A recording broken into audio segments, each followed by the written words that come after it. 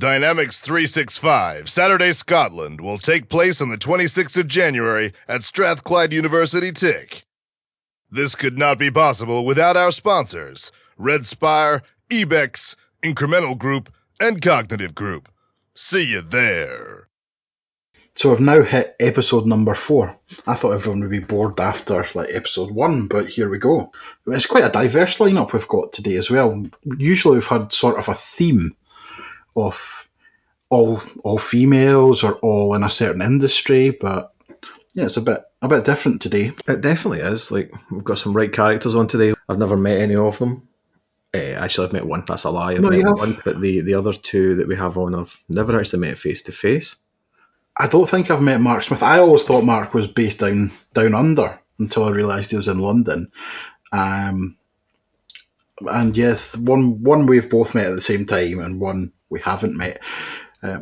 No doubt we'll get to a theme between the speakers, because that's kind of what's been happening. Is every time we spoke to somebody, there's been a common theme run through all the speakers, so it should be quite interesting. Yeah, definitely. We'll see how it pans out today. So first off, we have Rosie Brotherwood from good old Glasgow. Yeah, the nearest one to us, and we've never met her.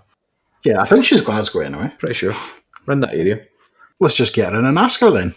So on the podcast today, we're introducing our potentially new co-host, because she wants to get into podcasting, but she's not quite sure what she's going to do with it. She's one of our speakers at the event, and it's Rosie Brotherwood. So Rosie, how are you today? I am very good, very excited to be talking to you guys about the event.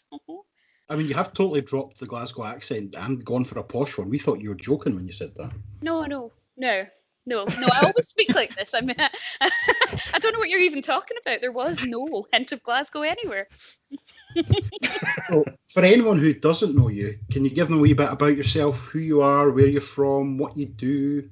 Of course. So I am originally from Ayrshire, so that's west coast of Scotland, for anyone who doesn't know. I then went to uni in Edinburgh, where I studied painting, which is a bit odd, and I bet you didn't expect that for someone who's doing this now. And then I moved back over to Glasgow, retrained, learnt C#, bits of JavaScript, all that kind of stuff, and then got into dynamic CRM. I've been doing it for the last, it must only be about 4 or 5 years, but it feels like forever. It's my life. I love it. Did SharePoint for a bit, then came back to Dynamics because I missed it so much. So I kind of went Dynamics, SharePoint, Dynamics, had to get back to it. So yeah, that's me. We've got somebody that we're trying to get back into Dynamics as well, who went from CRM to SharePoint to deleting WhatsApp the other day because he was talking. Oh, right. Yeah, he's a bit like no social media, no internet. I know people that actually call him internet because they don't know his real name and he has no presence. But yeah, he's involved in IT quite heavily and does application support and SQL database stuff and all that now. But we're trying to get him back. He will. Yeah. We have managed to get him, whether he turns up or not, because he bumped us at the Hydro the other week. Whether he does turn up or not, he should be there, so we can get him back on. Oh, yeah. Sorry, I just talked over you. I was told not to look. It's all right. And then I talked over you. Sorry, but yeah, what we'll do is, don't worry, I'll be on that case because I'm quite good at dragging people back into the CRM side of thing. But to be honest, there's no bloody competition. How could anyone prefer to do the SharePoint stuff? Yeah. Exactly. I mean, it's weirdos and creeps. Life experience. Come along. Yeah, come along all the SharePoint sessions anyway, you weirdos. Yeah. So, actually, painting.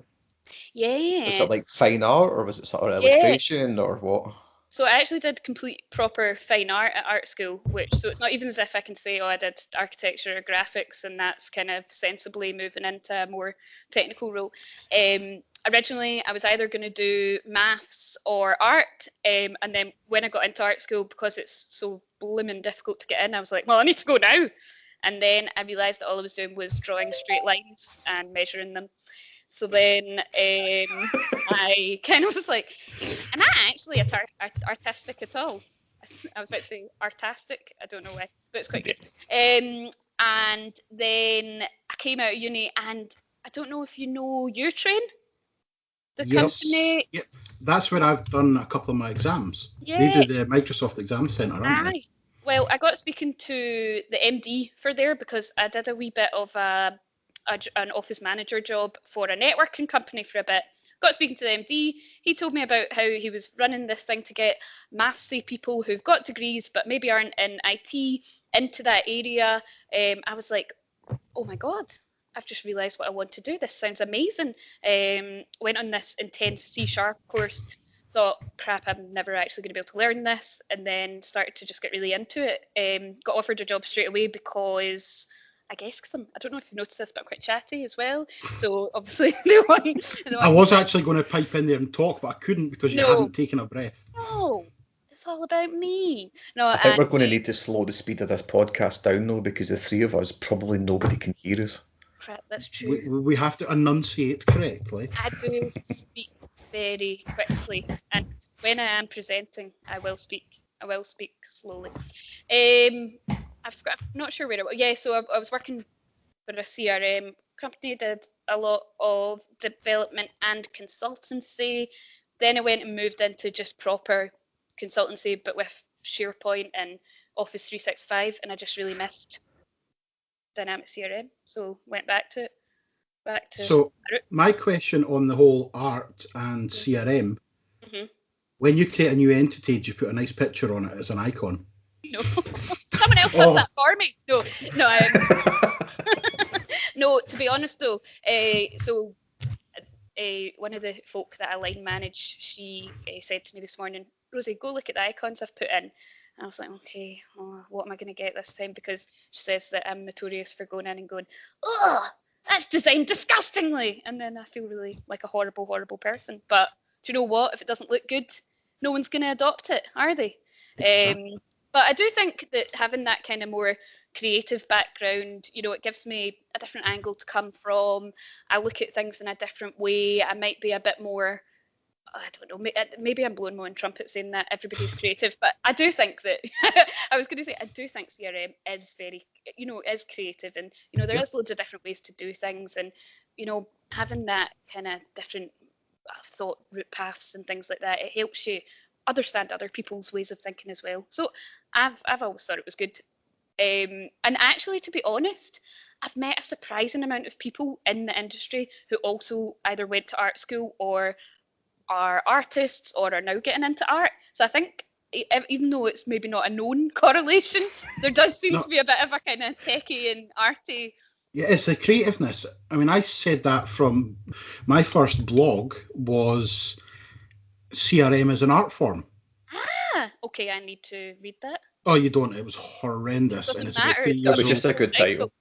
It was a good title, yeah. It's like anything. I make good titles and good pictures. The rest of it's just bogging. Can I just steal that for my podcast name? CRM is an art form. Thank you. Thanks. All credit goes to you. Or what if I'm sure we actually have that registered. We can hand that one over to you. The art of CRM. No, we had the was it the art of CRM? Yeah, because we just ripped that off of Coke Cabana. Oh. Yeah, it was. Yeah, we totally did. Yeah, the art of CRM, or like the art of possible. Yeah, no, it just is that, because I was just describing how you could be sitting at a bus stop looking at like a field, and you could see, there's all these cows. I wonder if the farmer's got a system where he logs them all and has the tag numbers and all of that. I was a bit weird. Yeah, a bit ADHD or something about that whole thing. But you could turn anything that you look at into a project or how would you do that? So the other night I had a really great dream, which was I was creating a CRM system for Hogwarts, and I had Dumbledore on the phone, and he was literally the most difficult customer I've ever had in my life, and he kept saying, "Why don't you understand the requirements?" And but yeah, it was. I mean, it's so good to be sitting in a podcast with folk who might understand this, or have I gone too far? No, I'll tell you my random realisation this morning as I was driving to work, listening to our last podcast. The jigsaw icons actually make perfect sense in CRM, because the whole thing is a puzzle and a jigsaw that you have to fit together. And I don't even know if that's on purpose. That's what I realised this morning. No, that's what I realised this morning driving to work, sitting on the M8, 7:45, and I was like, the jigsaws make sense, and it just fell together. It's like, how messed up is that? He who shall not be named, retaliation. It's a very Harry Potter based podcast now. I like it. Yeah, that's fine. I'm happy with that. I've actually never seen a Harry Potter film. Well, get out of here. That's a bit weird. But to be honest, though, have you read the books? Because that's all that matters. No, I've not read the books. So, Harry Potter, Lord of the Rings, and what was the other one? Twilight. I've never watched any of those three films, like 3 series. I've never watched Twilight. I'm actually quite disgusted you put Twilight in beside the other two topics. Is it not all the same sort of thing? Twilight? No, that's like a weird romance thing. No, I mean, I've never seen them, so I don't know. This is actually offensive, Mark. That is quite... I'm actually offended for all the muggles and everybody else, the magics or whatever they're called out there. That's. Does it make you feel better? Does it make you feel better that I've bought my daughter Harry Potter stuff because she's asked for it? Does that make up for it? And then don't get me started on J.K. Rowling. So, Rosie, what will you actually be talking about on the day? Basically, when I had to come up with something to speak about, it was kind of that way where I thought as soon as I started doing conferences, I would be like, I want to talk about this, I want to talk about this. But then I was kind of like, what is actually really interesting? And I did have a look to see what other speakers were doing. I was thinking of doing portals, but I noticed somebody else was already covering that. And I'm sure we would have had very different takes on it because I'm sure everybody has a very different journey when working with portals with a customer. But then I did think about what's the one thing that's actually kind of scaring me just now? And it is actually the unified interface, because we know that the unified interface is going to become the default dynamics. We don't know when that's going to happen. It's not ready for it to happen. And we're all so used to building, on the kind of original lovely, well, it's not lovely, but the original dynamics. The classic. Classic 2.0 dynamics. So I just thought it was quite an interesting topic. And I know they're getting closer, and I know that people are maybe like me and a bit nervous about it. So I just kind of wanted to do a bit of a deep dive into that from point of view of developers, consultants, and sales and end users. So is that covering things like customization, which everybody's done, where they have a little piece of JavaScript running a workflow within the classic UI that doesn't quite work within the new UCI or UUI, whatever we're calling it today? It's the modern interface. The modern interface. So as well as that, because it's, they're using that Power Apps layer as well, it's what are the differences? What are the positives? What is it we need to look out for? When should we start making changes to our customers? When should customers start making changes, to their system? Do they need to make changes? What do we need to change?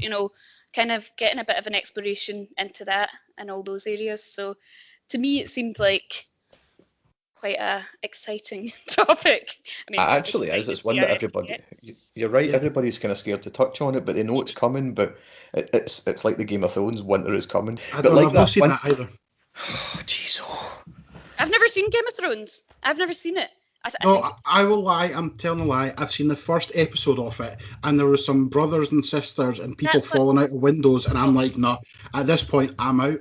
I just heard it was, very sexy, and I just thought that's not for my very sensitive feminine eyes. So the unified interface, because I use field service quite a bit, the latest version of field service is in the unified or modern interface, so I'm kind of used to that. But I know people that are very scared and don't know exactly what it's to do and confused that the tabs are now at the top. I mean, I don't want to give any spoilers away or anything, but it's a big change. I think as well is because when they first released it, it was obviously like everything else, they wanted the end users to test it and complain, and they didn't do a great job of it, and there was things in some very strange places. So I think people who looked at it at that point are then like, oh, I don't want to look at it again because I don't know what it's going to be like. Do you know what I mean? So the different bits of the system looking in different places, not being where they were before. No, just also being completely nonsensical places, or not being obvious where you would click, making it really difficult for end users. Things like the whole menu being hidden. There was just these random icons that we're supposed to know exactly what they mean. Just little bits like that. Obviously, I don't want to give too much away, but Exactly, like run on demand workflows not being there. Advanced Find. Advanced Find. But now they have sorted that. But at the same time, they've not really, because you go in Advanced Find and it's still the old. Yes. But you click into it and then you're back into the modern interface, and it's just it's like that way how you do still have some things from really old versions and the normal interface, the standard interface at the moment. Yeah, there's still stuff that's not changed from CRM4. Yeah, still a lot of the stuff that's in there. Quotes and stuff, they've only just managed to update it in the past couple of months, so it kind of worries me that how long is it going to be. But I'm not worried, because I think it will be a great thing and it will standardise things, and I think that's ultimately what I want this session to be, is positive and to make people feel a bit more confident about it, to make me feel a bit more confident about it as well. I think the best thing for that Microsoft have done is they're getting everybody on the one platform, the one version type thing, and that will make it easier for them to make sure that these things are updated and everybody's on the same. It's not like they're having to support it for somebody that's still on 2016 or 8.1 or 8.2 and all that. So hopefully, I do think it's a positive thing. So it'll be interesting. I mean, I've been on an instance, so I've been doing some field service training recently on the latest version. Mm-hmm. So I was like, okay, here's some instructions: go out, create an instance, do everything. Everyone created an instance the same week, and we had about 4 or 5 different versions of the modern interface. It was quite scary. Yeah. So we're getting there now, though. So we are getting there, and I think that's what I want to in the session call out. What to watch out for. What are the pitfalls just now? I don't want to lie about how ready it is, but we also need to be embracing it, because it is coming and it is going to be standard. So it's already standard for field service and PSA. Exactly, and marketing is module. You can only use that as well. So let's not talk about marketing. People use marketing. So based on that, if you're talking about marketing, is there anyone else's sessions that you're looking forward to on the day? I'm really, really looking forward to the other portals session. Lisa's session, yeah, I'm really excited about that, because I've been on a project for the past year where we've been working with the portals module, and it'd be really interesting to see if you came up against the same challenges or anything interesting that might have been found out in that. So I'd quite like to just see it from another point of view. I think you're going to love his session, because his session's actually a lessons learned session. Yeah. So he's not actually talking about portals per se, as in this is a portal, this is what it does, because everyone's been churning them out for the past 5 years on every conference you've been to. What he's doing is, I've been on a project, same as you, I've been on a project for a year. Here's things that went well, here's things that I didn't, here's things that you should know up front. It's awesome. Yeah, I'm very excited for that then, because we learn a lot from working with portals, and obviously all of the advertising and marketing makes you think that it's going to be quite easy to bend it how you want it to, but there is still a lot of challenges that you come up against. It's fantastic, but there are challenges, and I'm very interested to see if you came across the same ones. Also really excited to see Joan asked Rap. I said that in a really weird way,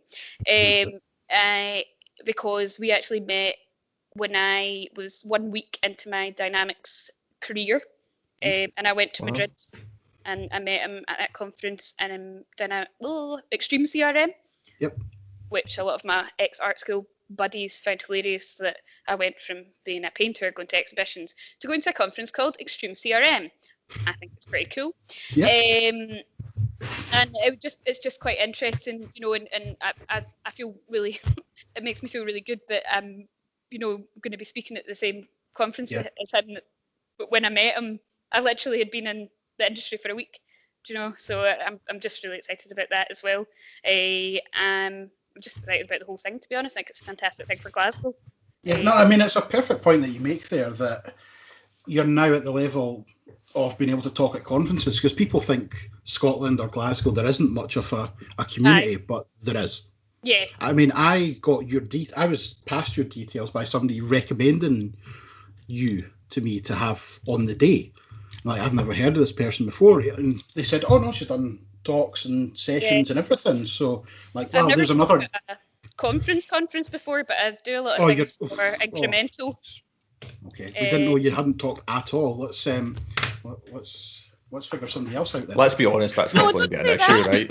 You don't say that. No, I've done loads of things for like our internal conferences. Yeah. I absolutely love public speaking. I'm an absolute sado. I just think it's the best thing ever. My dream is to do a TED Talk. What I would do a TED Talk about, God knows. I'll work that out later, but that's the that's the plan. From Glasgow and coming on a day, is there anywhere you would recommend at night for them to go, have a drink, have something to eat?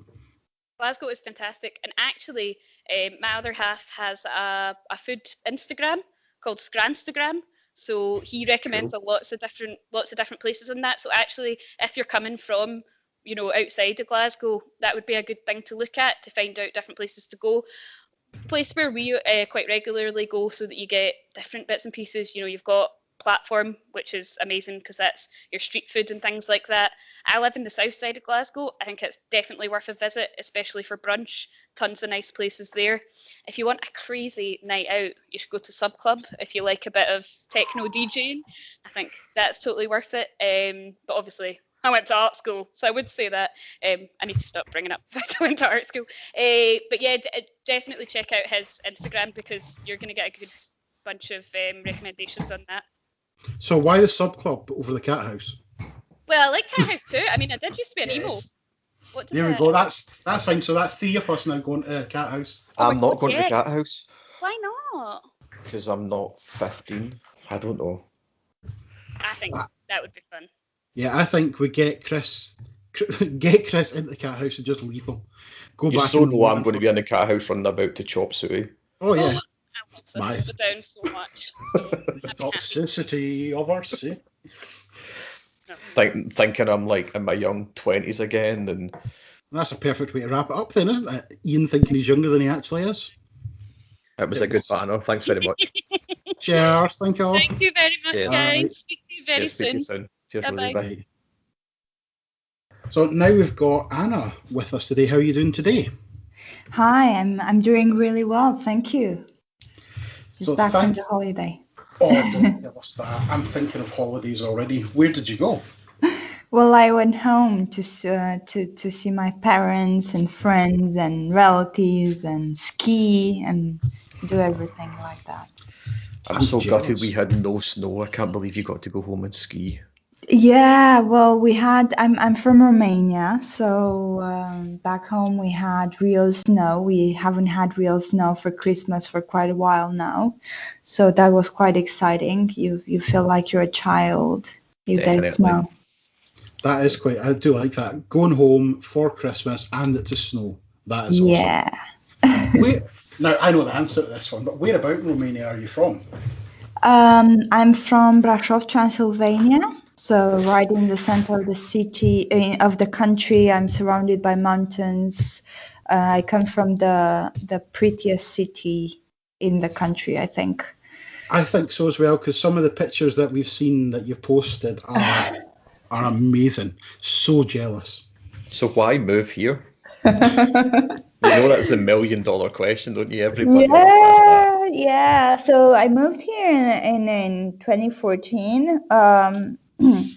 And I always wanted to move to England, actually, and it was because growing up we had this English book, and within the English lessons, you would get a tourist track actually. So it would be how do you get to Big Ben, what's Westminster Abbey. What's a double-decker, stuff like that. So this is how we learned English. It was a big book with pretty pictures on it. So I guess everyone was just charmed by the beauty of this book, and everyone wanted to go to London. So in 2014, 10 years later, I moved to London. So it's like a real-life Paddington Bear, even though he comes from Peru. But he moved to London. Well, got lost, didn't he? But yeah. That's cool. That's actually, I'm quite impressed by that. I do think that's cool. So for anyone who doesn't know you, obviously I've said it's Anna. I've not totally introduce you. So do you want to tell everyone who you are and just give a little bit of a background on yourself? Sure. So my name's Ana Demeny. I come from Romania, as I mentioned before. I did computer science at school, and I was a developer for about 5-6 years, coding C#, backend systems, JavaScript, literally just stuff like that. And then as I was working, one day at my company, someone came with this new project, and it was a Dynamics CRM 2011 project. And, they wanted someone to help them build the project.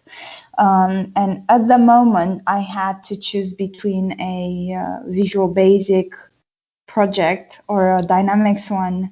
And I chose the Dynamics one because, come on, who likes Visual Basic? So this is how I actually learned, CRM. And I was doing this banking system, and I remember having these really complex formulas, and you had to do them in code, and we would build a portal as well. And back then we didn't have Power Apps or Microsoft Portal or anything like that. So you had to do it from scratch. And then to make it work, you had to repeat all of the functionality from the CRM system within plugins and JavaScript, and then again in the other system because it wouldn't replicate out of the box. So that was a great car crash, you can imagine, doing this banking system. And then It's a good learning period. Oh yes, it was great fun, you can imagine. And I remember thinking that, oh my God, this product is fabulous, it's fantastic. Whatever we struggle to do in this custom build portal in like 2 weeks, we can do in 3 minutes with CRM, just building a new field and a bit of JavaScript on top, and that's it. It just works. The forms are just there. You don't have to build it in MVC or anything. They're just there. Yep. And that was great. That was great. A great experience. But I was still a developer, so I still wanted to write code and not do clicks in a pre-built system. So when 2014 came, we were allowed to come to the UK. So even though Romania joined the European Union in 2007, only in 2014 we were allowed to come over and work in the UK. So immediately people started looking for us in Romania, because there's loads of developers in Romania and many computer science schools. So I started doing these interviews, and I wanted to get a C# development, job. And no one would pay me enough to survive, on this job, because I was coming from Romania, and everyone was like, oh, there's huge cultural differences, and we work differently, and it won't work, so we can't pay you the same as someone else. But I could get a job on CRM. So on CRM, the demand was so big over here in 2014 that I could actually get a good job on CRM instead. So was that a CRM dev job or a consultancy job? Yeah. So it was supposed to be a CRM developer's job, but when I came over, I worked in Bristol to begin with, and I just love that city. I felt it looked so much like my hometown. And they had all these clients, and they wanted me not to just code stuff. They wanted me to gather requirements and learn more about businesses and all that. And for me, that was it just changed my life. So all of a sudden I needed to learn the businesses, and I needed to meet people and understand what they were doing. And it was a whole new universe, and I just fell in love with it. And you also become one of what I call like the hen's teeth of CRM consultants, because you can develop as well. Obviously, you can C#, you can JavaScript, and you can go and do requirements gathering and piece it all together.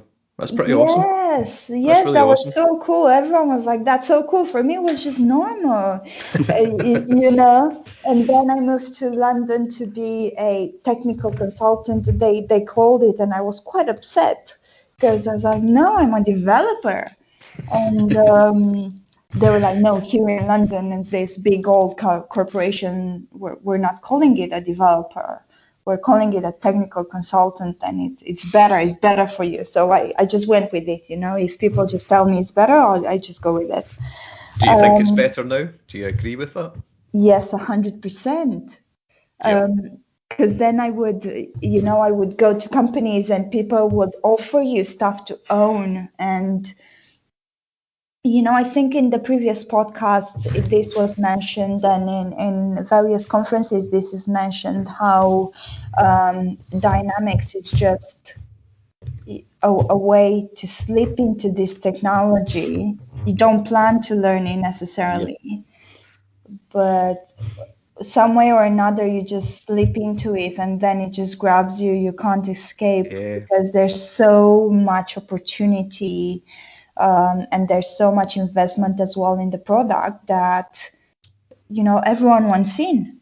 It's crazy. I didn't realize until doing these podcasts and organizing the event with Mark and everybody else that's there organizing it, how everybody did fall into it. I don't know anybody that sat down and said, I want to be in CRM. It's something that somebody's fell over, they've tripped up, they've worked somewhere where somebody said, oh yeah, we have a CRM system. What's that? Oh yeah, and they go and find out about it like you have.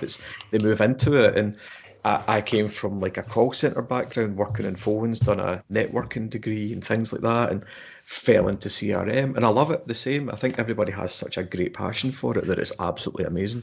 Well, that's the thing, isn't it? Because you would slip into CRM only when, there aren't other people doing it, or, it would be something that, at least in the past, people would rather avoid. Yep. You only get really passionate people. And then, as opposed to where I was before, with being a C# dev, a developer, or a full stack developer, actually I was, where people would be not nearly as nice as they are in Dynamics. Over here, everything is community, because everyone is just so passionate about what they do.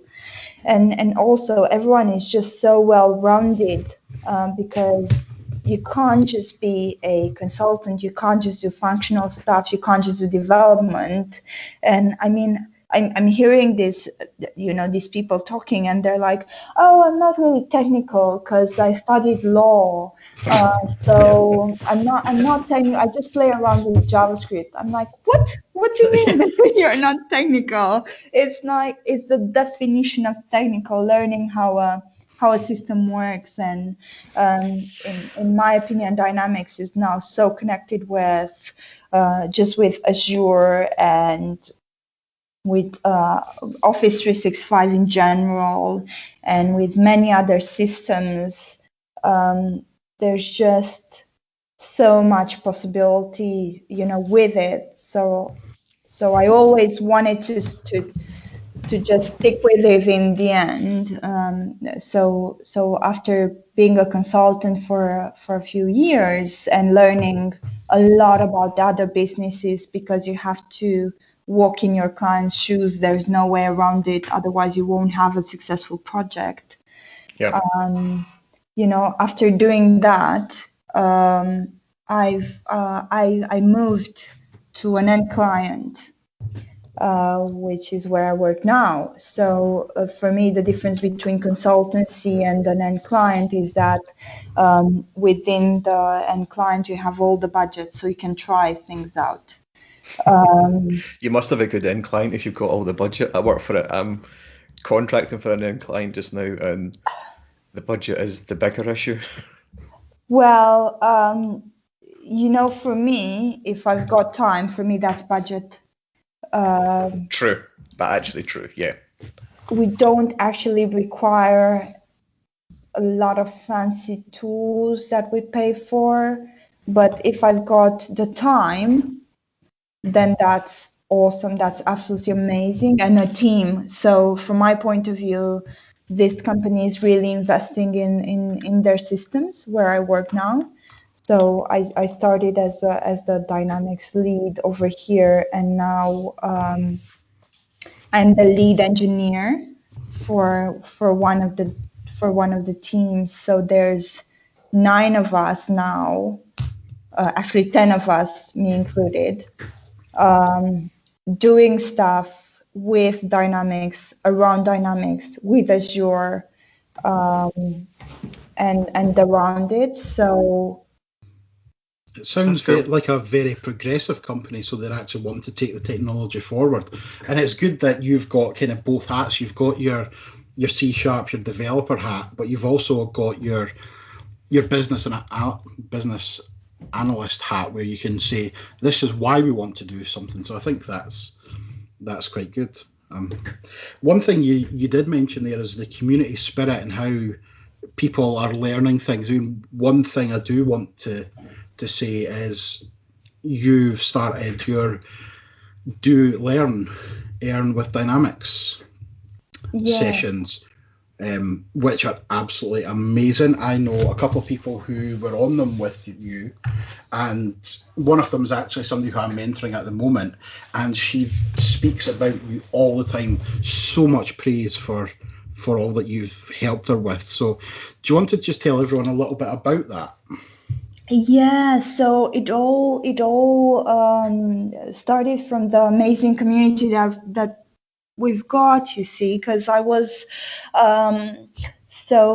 having troubles at work with explaining very basic things to people. So within my company, I was trying to enforce this citizen developer mindset, where members of the operations team, even from the call center, they could do some basic stuff instead of going to the development team in order to maximize the budget and do more interesting things, ourselves. And I couldn't find any very, very basic trainings. So you can find a lot of how to create a field, how to set up a solution, but not really how to do a new trial instance or how to actually get started. So I wanted to do a getting started course for people who know nothing about Dynamics, but would like to do a little bit. So I started writing these articles, and I had a friend reading them, and every once in a while she would come back to me and say, I do not understand the thing. That's too technical. I've got no idea. So then one day I was at a Dynamic Saturday event, and there I met the absolutely amazing Janet Robb. So I told her a little bit about what I'm planning to do, and that I'm planning to make this course live as opposed to doing it in written articles, blog articles, and that I want to attract mostly girls, because I still didn't know a lot of girls within Dynamics, and every time I went to conferences or events, there weren't many girls. So I was like, okay, so we can get some ladies in for them to learn a bit of Dynamics. So I told her over LinkedIn what I wanted to do, and then I went to this event, And you know Janet, she's all bubbly and all over the place, and so I meet her and I'm like, hi, I'm Anna. And then she's like, I'm Janet. And she immediately starts complaining about not being able to wear her flowery top. So I liked her straight away, if you can imagine. So I told her what I want to do, and she was so excited. And she said that I can totally do it, and that she's going to help me do that. So over the course of next just days and weeks, really, we put an ad up on LinkedIn where I said that I wanted to help ladies in difficult situations to gain a dynamic certification. So I wasn't going to do just a course with no end result. I wanted to do a proper exam at the end so that they can prove that they know some stuff. And my intention was to teach 2 girls, so to do it with 2 people. I had over 30 applications. So that was Wow. amazing. A lot, and yeah, you ended up doing it with quite a few people as well, didn't you? Yeah, so in the end, we ended up doing it with 8 people, and I'm happy to say that all of the 8 people got their dynamic certification. Quite a few of them changed jobs in the meantime.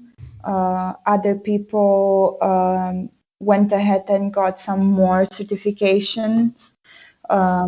They're a community. They talk to each other. They help each other. It was such an amazing thing, really, and it was just the beginning of it all.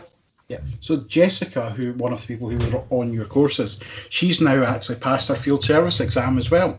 Yeah. That's awesome. It was just showing them that you can actually do it, and there were quite a few people who helped as well. Chris Huntingford, he did a course one night. I had another colleague of mine talking about how you should present yourself in an interview. How can you survive office politics? Can I come on that one? Stuff like that. How do you not get discouraged by some biased behaviors potentially? Yep. And a lot of useful things like that. So it's not just about learning the functionality. My whole point there was learning to change.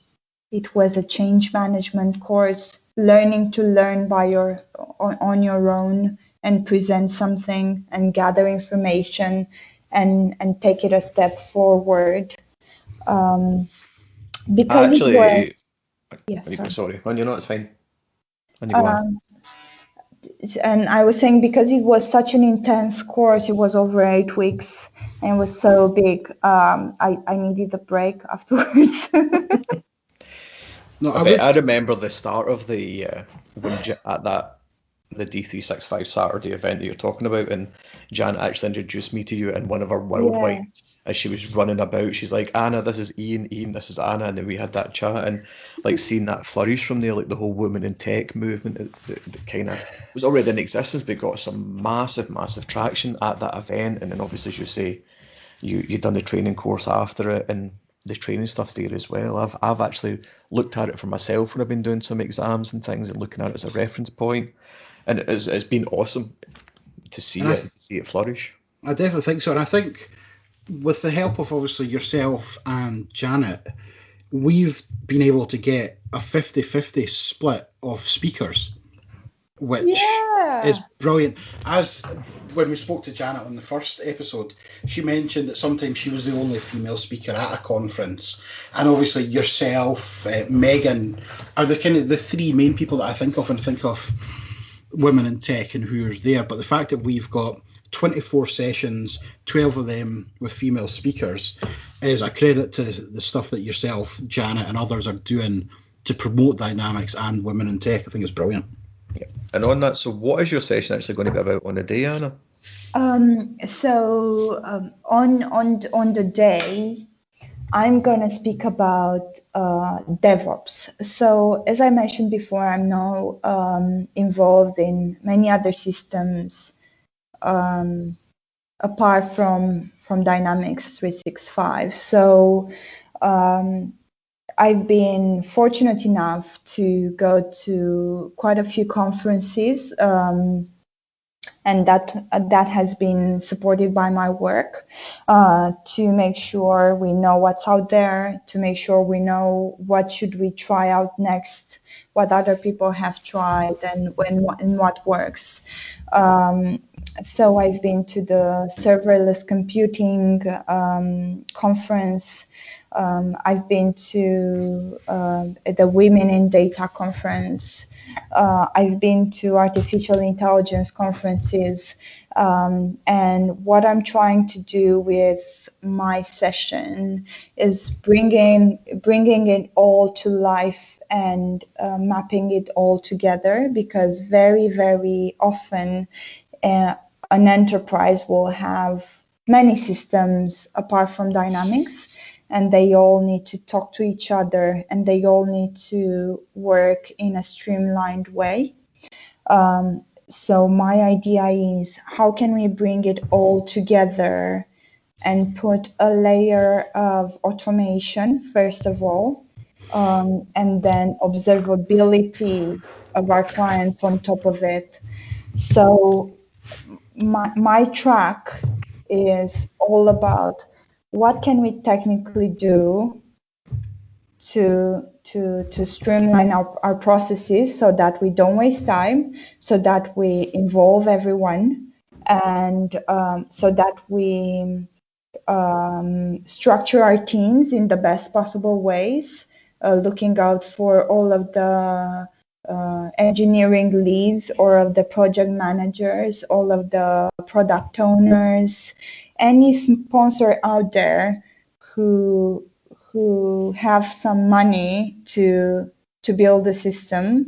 What I'm trying to tell them is, you need to open your eyes, and you need to be aware that you have to collaborate with other teams as well.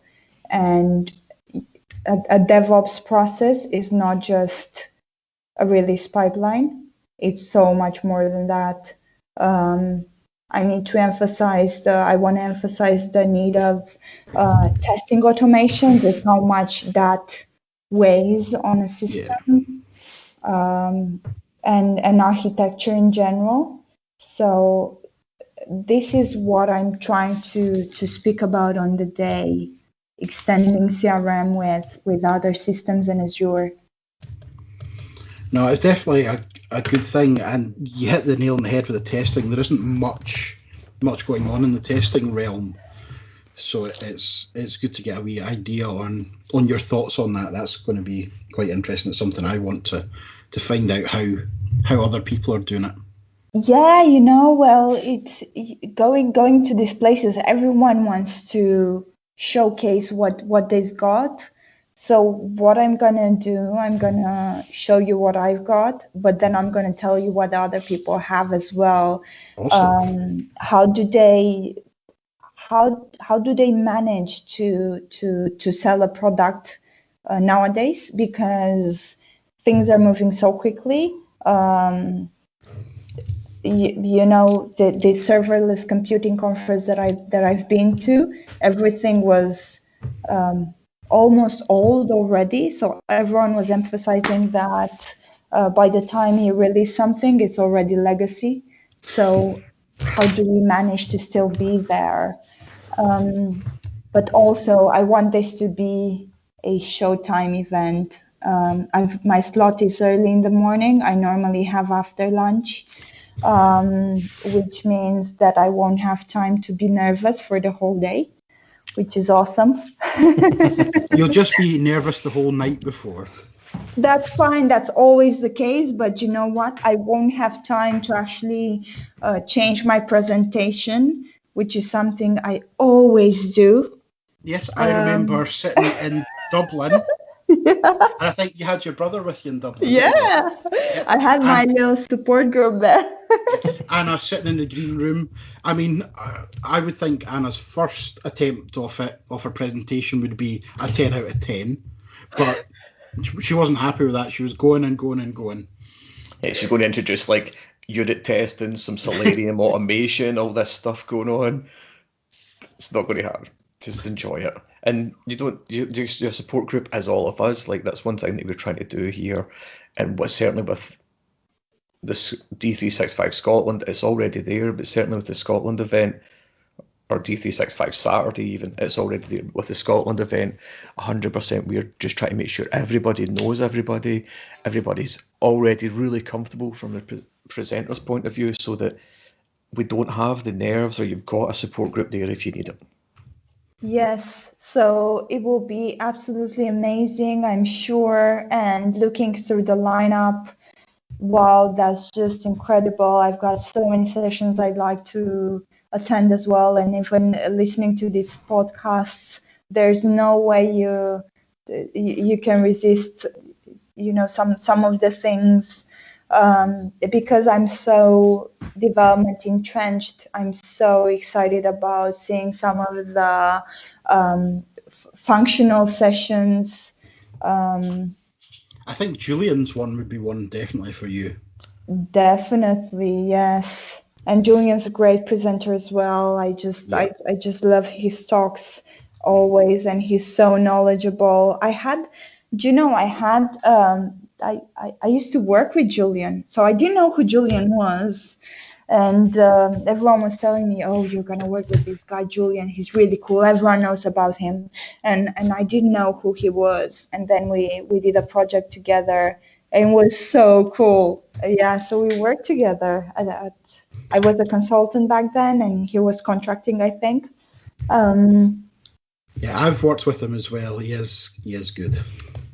And indirectly, I've worked with him on a project that he was no longer on. It's so weird. It's so strange how it's such a small community, but it's not really till you have this conversation, or you have a conversation with someone, that you realise you know this person, or you've already worked with them, or you've met them, or like it might have been years ago when you were just starting out, or you met them last week, or somebody you know knows them. There's no fame. Everybody is on that same level, and everybody's got time for everybody. It's awesome. Yeah, I have that feeling, when you join a company and they say, oh, you used to be so cool like 5 years ago when everyone knew each other, and now I feel like, oh, finally, I'm like 5 years ago. No, I think you're right at the start. Yeah, I think all the speakers that we've got, the personalities, I think it's going to be an awesome day. And I think your session is going to go down absolutely brilliantly. It's definitely one I'm going to try and sneak into. I know it's an early morning session, but I think you'll get everyone hyped up for it. And I'm going to try to wake everyone up. I'm gonna put music on if I have to. It's gonna be great. I really want to show people why, it's everything automation. It's just DevOps. It's all about collaboration and not repeating the same thing you've just done 2 days ago. 100% agree. 100% agree on that. There's so much time wasted repeating and repeating and repeating when you don't need to. Yes. So what else, when you're coming up on the Thursday, what are you doing on the Friday? Are you coming up early? Are you doing any sightseeing or anything? Or do you have something else on? So on the Friday, I'm going to attend the hackathon. So the field service hackathon. I'm very excited about that. I don't know much about field service, but especially because of that, I think it's going to be really, really good. So I'm going to attend that.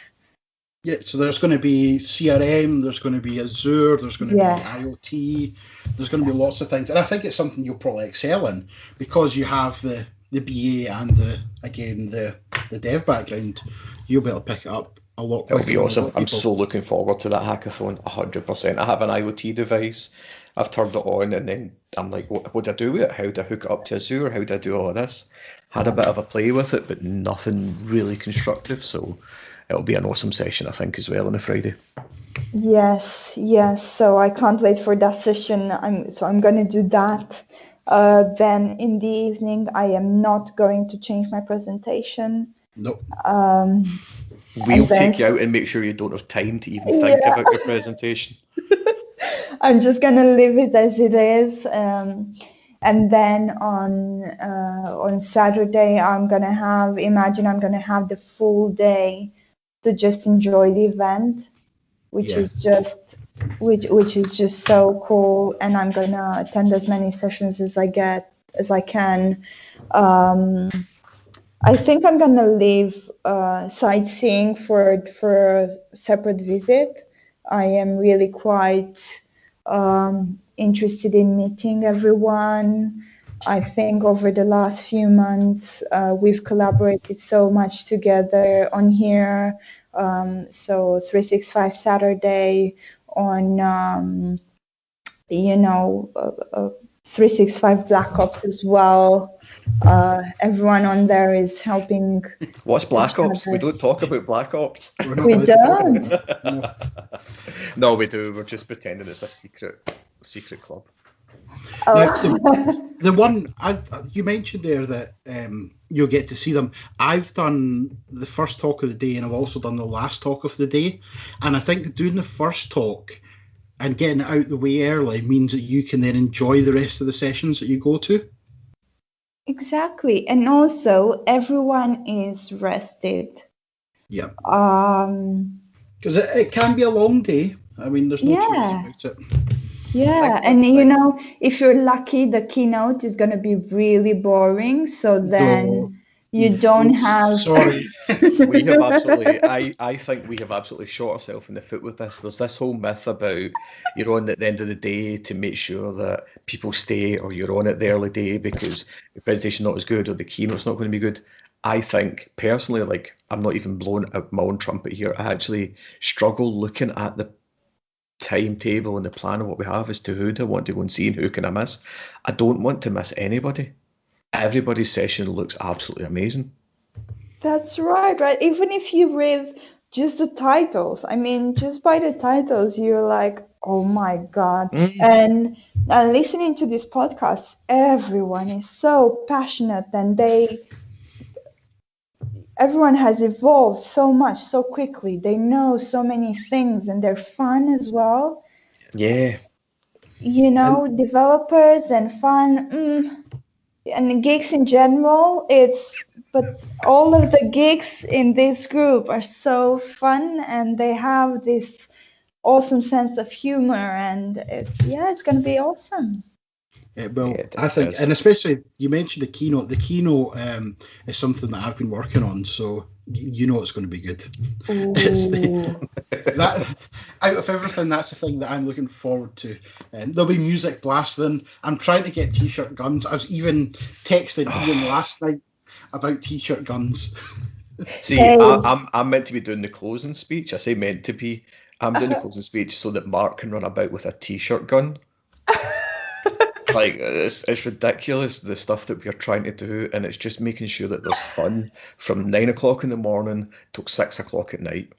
There's not a moment when you're going to sit down and be like, this is boring.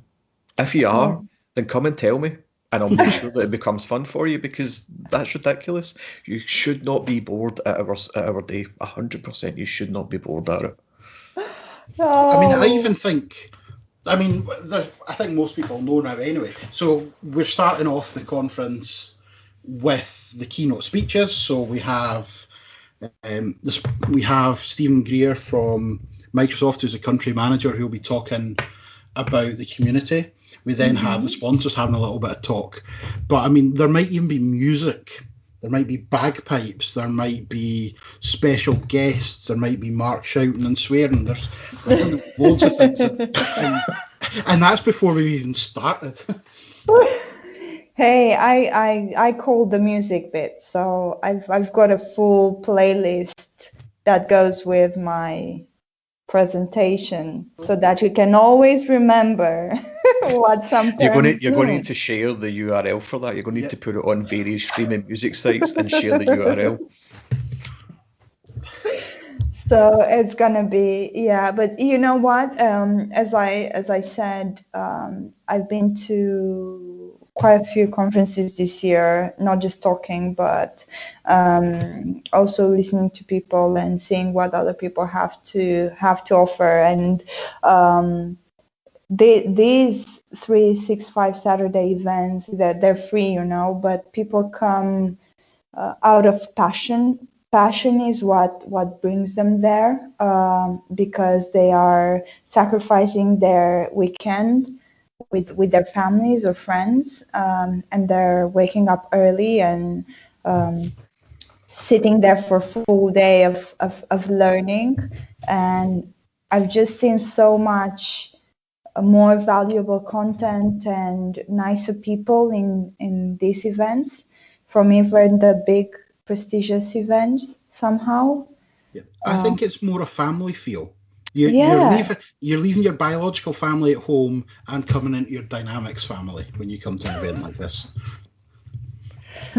A strange analogy, but I think it's true. I definitely do. There's people like, as I say, meeting Anna back at that January event down in London, and meeting Janet. Like I met Janet through work. I ended up working on the same project she was on, but Janet, for at that point, spoke to me about D365 Saturday, which then I came home and spoke to Mark about it, and it's kind of enthused us back on that trail. And there's so many people we've met from, I suppose Janet is the nucleus, a lot of it. So props to Janet, 100%. I've grown a lot because of Janet. You've grown because of Janet. Mark's Yes, grown because of Janet. definitely. And that's where, like, have I just made Janet, like, mother of D365 Saturday? She's going to kill me for that. Like, she will actually hate me for that.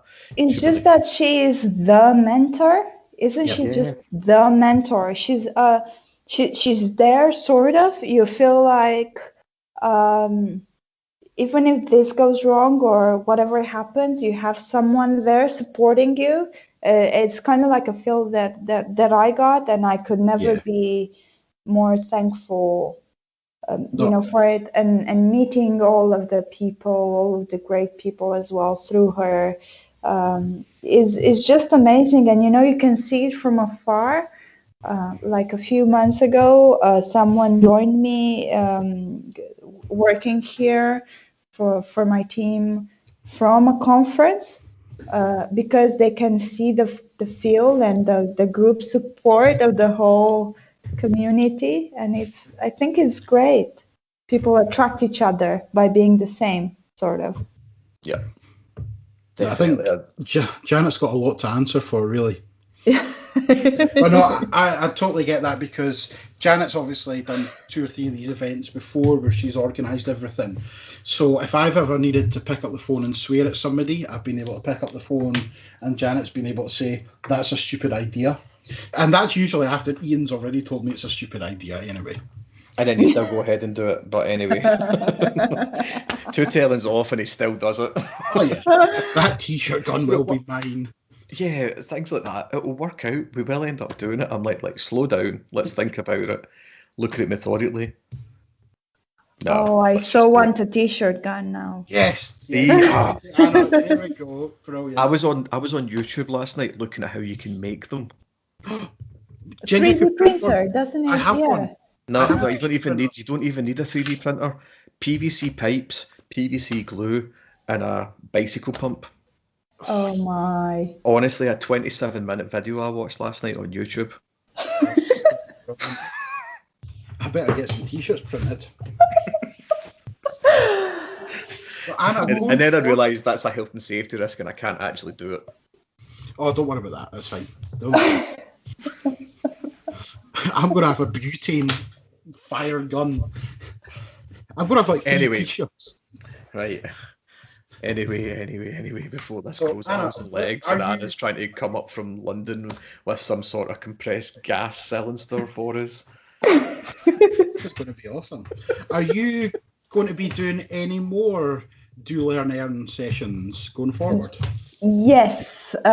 So we're planning to do a full customization course now. So we've done sales course, and now we're going to do a full customization course now. There's quite a few people involved in this as well. We're going to do a shout out very soon for applicants. But we are organizing this as a community. There's going to be loads of people helping and holding great sessions that would guide anyone new to Dynamics to gain their Microsoft certification. There's surprises as well, and the best performing students are going to be rewarded also. We are now heading so we're still keeping our tone with diversity still in software, in businesses, in enterprises. I feel like diversity is just so important and crucial, and I can see it in my current company at the moment. We come from all over the world. We are of all colors, genders, and sexual orientation. It doesn't matter, and we perform just so much better because we are diverse. So I believe that the diversity segment that hasn't been exploited yet is age diversity. There are a lot of people,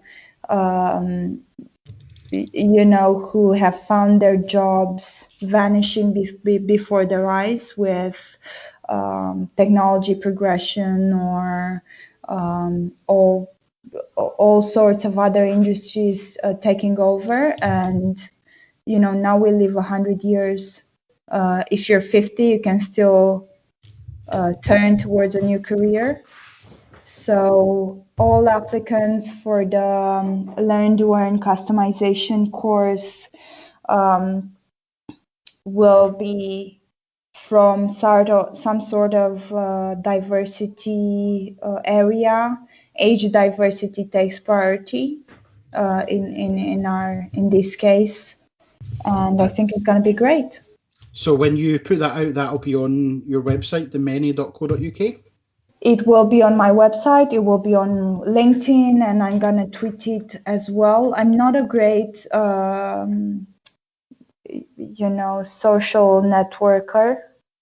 You know a lot of people who are, but yeah, that's the thing. So I only post stuff when I absolutely need to, but I'm counting on the community's help for this one, and I think together, we're gonna do great. And you probably know, or probably Julian has already told about his course. Also, he's gonna do an Azure beginner's course. I'm not sure that I'm meant to be saying this out loud, but no, yeah, he's going to do that.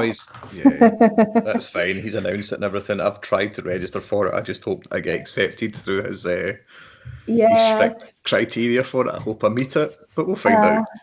So he's gonna do that, but I'm hoping him and his wife are gonna help me with this course as well, together with Chris. There's quite a few people from Dublin as well who want to be mentors, who want to help.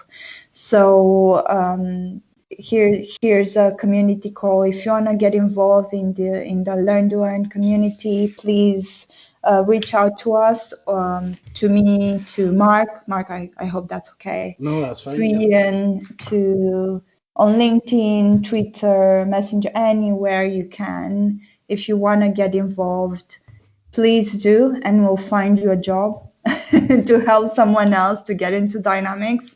And you won't believe the satisfaction when you see someone passing an exam with your help. Yeah, and that's exactly why I told you Jessa passed her exam. I'll be brutally honest, I actually prefer being a mentor at the moment than I do doing project work. I get more satisfaction from somebody, from knowing that somebody can do something that I've shown them and will eventually be better at it than I am.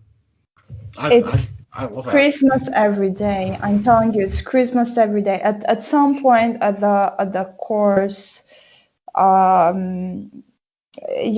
went through the whole curriculum for the exam, but I still felt that even with exercises and presentation, people still weren't quite there for applying for a job.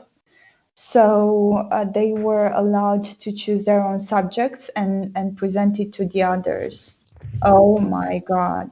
The way they did their projects, their individual projects, was absolutely amazing. The amount of detail they went through, how creative they were in showing up and doing a search screen or an opportunity, a case, a servicing module. It was absolutely amazing what they did. And during those times, I think it was like 4 weeks of individual presentations. I couldn't sleep afterwards. So I was so excited I couldn't actually go to sleep. That's awesome. And all of those presentations are on your website as well, aren't they? They are all on my website and they are all on YouTube as well. So the course will be very similar. As I said, age diversity is our target at the moment, and we are keen on mentoring these people. I want to do a massive shout out to someone from Dublin who actually mentored one of the girls from the previous course. And she helped this person gain her exam after 3 failed attempts. So that's just absolutely amazing, because coming from another field is really, really hard getting into a technical field. So this is why we are looking towards diversity and people who haven't had access with Dynamics before, or who are less fortunate to actually be able to go on a course. But absolutely all of the courses will be explained on the website, and they will be on YouTube as well. So it should help everyone, really. That's awesome. I mean, you're totally breaking barriers with that as well. Like, as you say, the way you're looking at diversity, what you're looking at, how people applying for age diversity and everything else is just astounding. Yeah, and with the age diversity, I know some people are maybe anti bringing older people into tech, but the knowledge that they have from work and places that they've been before is unbelievable. So somebody who's worked in a factory for 25 years are going to know every little part of how a factory works. And if they're then able to, with your help, put that into CRM, put it into field service, have a power app that runs a factory, that is going to make everyone, again, it's making the community tools and the skills within the community, it's just bringing them on tenfold.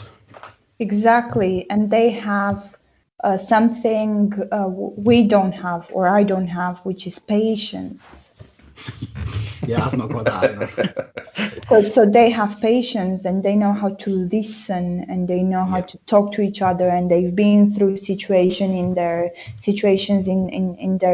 lives that have taught them so much. So I could not,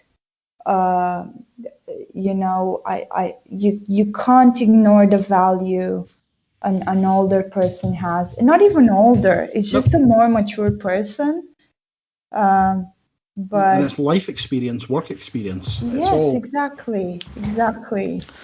Mentorships for everybody, really, at the end of the day. Like, there's a million things I think I'd love to be mentored in. Mentioned like Julian's course. I think I've mentioned that in every podcast. Like, I'm trying to beat him down to get me into it, obviously. But there's a million things I'd love to be mentored in, I think. And it's just finding that one person. And for me, it's finding that person, whereas you're offering that and you're saying, here I am. if you want to sign up for it via the website or via social media or something like that. That's amazing. It's here I am and here we are. Everyone just helps each other, and just if you wanna help even a little bit, just let me know. And yeah, you're right. It's not the royal we. The we is the community, isn't it? It's just everybody. Exactly. Yes. And I've said before that I'm more than willing to mentor and help out and have any sessions with people to pass on anything I've gained from other people. Yeah. Well, you bet you will. Yeah, no, we talked about that before. I said it was almost a trade-off where you said you'd come and speak if I said I would help you. So I didn't forget. Don't worry. Yes. So that's perfect. Is there anything else you want to?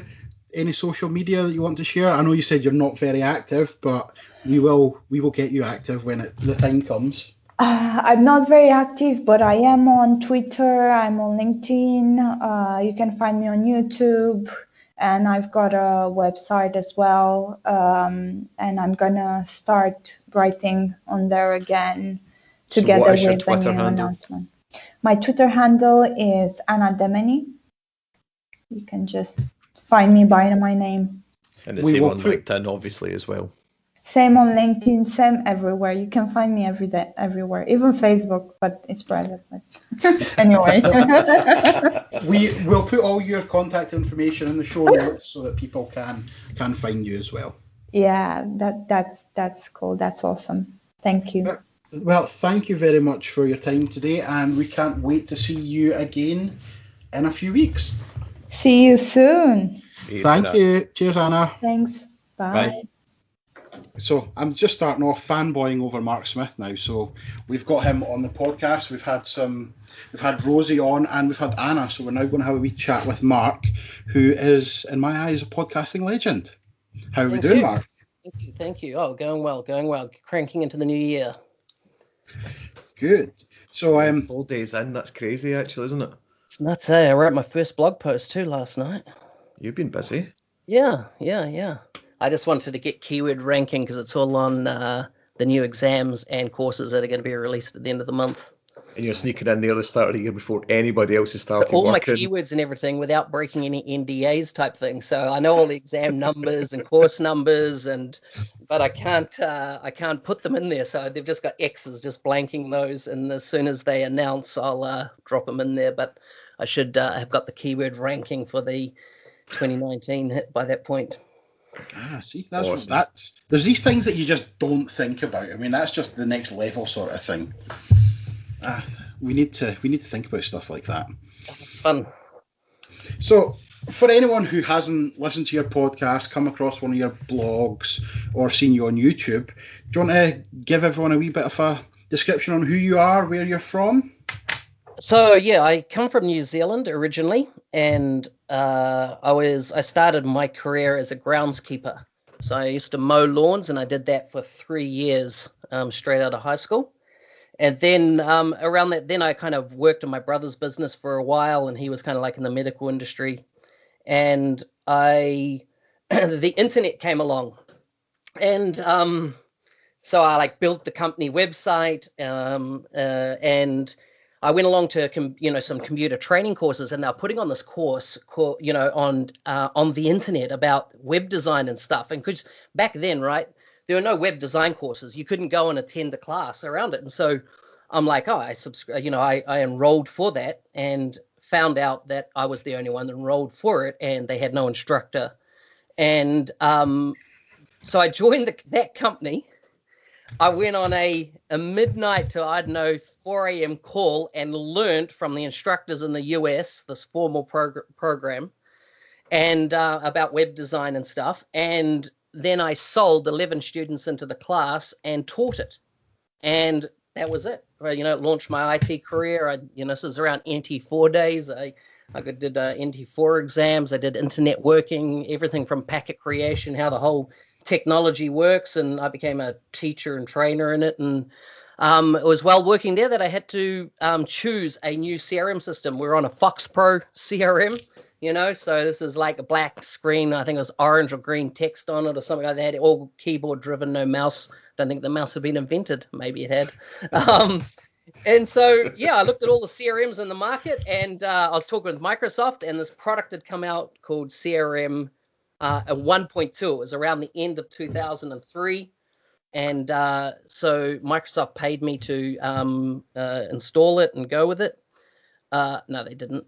So I was one of the first implementers of CRM 1.2. I even had a case study. They wrote a case study about it, And what I loved about it is when I looked at all the other technologies in the market, and I looked at all of them because I was the buyer, right, of the CRM, is that all of them were in a 3-year cycle. And at the end of 3 years, anything that you had customized on the system, you had to start over, right? It didn't matter what you did. When they released their next version, you had to start over. And Microsoft had this whole metadata separation and this kind of, nirvana of, no, you'll only have to, configure it once and it'll stay like that. You'll never have to worry through another upgrade. And of course, we chuckled a bit because those experience with it is not that kind of easy. But I tell you, it got me hooked. And like so many people, I fell in love with the technology. A short time later, I started my own business, which was called Magnetism, which in New Zealand was a boutique dynamics practice. And one of my students came and joined me in the business. He was a developer. He was 14 years old when I first taught him, Guy in Pereira, and he's now running Magnetism solutions in New Zealand still today. And we went on that journey and then moved to Australia. I'd kind of done the boutique thing and I wanted to do a big thing, so I went and joined a publicly listed company. And my goal was, can I do something that I'd done in a small scale? Can I do it in a large scale? And so I was in Australia for 4 years and went from a practice, started with a practice that was located in Western Australia. I was doing less than $1 million a year. And in 4 years, we, grew that team to over 70 consultants and doing 25 million just in Dynamics CRM project work a year. So, there's so much opportunity in Australia. It's just unbelievable. The size of the market, the what people are paid over there is just phenomenal. The income you can earn if you're in this, this world of Microsoft business apps. So it's Definitely. kind of I've got a mate that stays in New South Wales. Yep. Or New Southern Australia, whatever. New South Wales. And he's always telling me, sending me little job snippet adverts for CRM jobs. He's like, look at what you could earn, look at what you could earn. I'm like, yeah, but I don't stay in Australia. My missus doesn't fancy Australia. She loves her family too much. No, she loves her family too much. And for me, I'd be like, yeah, I'd be up and out. I don't really care. I don't have that connection here. I definitely would move, but she doesn't. But yeah, the salaries look very attractive. There's a lot of Irish down there, eh? Heaps of Irish people go down there and set up shop, get their residency, get their kind of citizenship, and then they come back to Ireland. It's funny, but Australia just is attracting so much talent from around the world, so they pay high salaries. They got this amazing environment, right, which is very warm. If you can get past the snakes, spiders, and everything else trying to kill you. You're pretty sweet.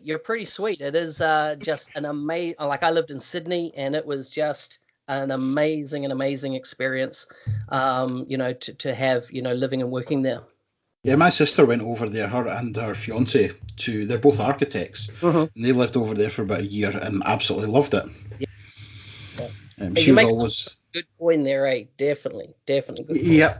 Even just on manual jobs, he was saying the money he was making doing manual labour was almost as much as you were making as an architect in the UK. Yeah, nuts, right? And I was like, but you've just been at uni for 5 years getting a degree.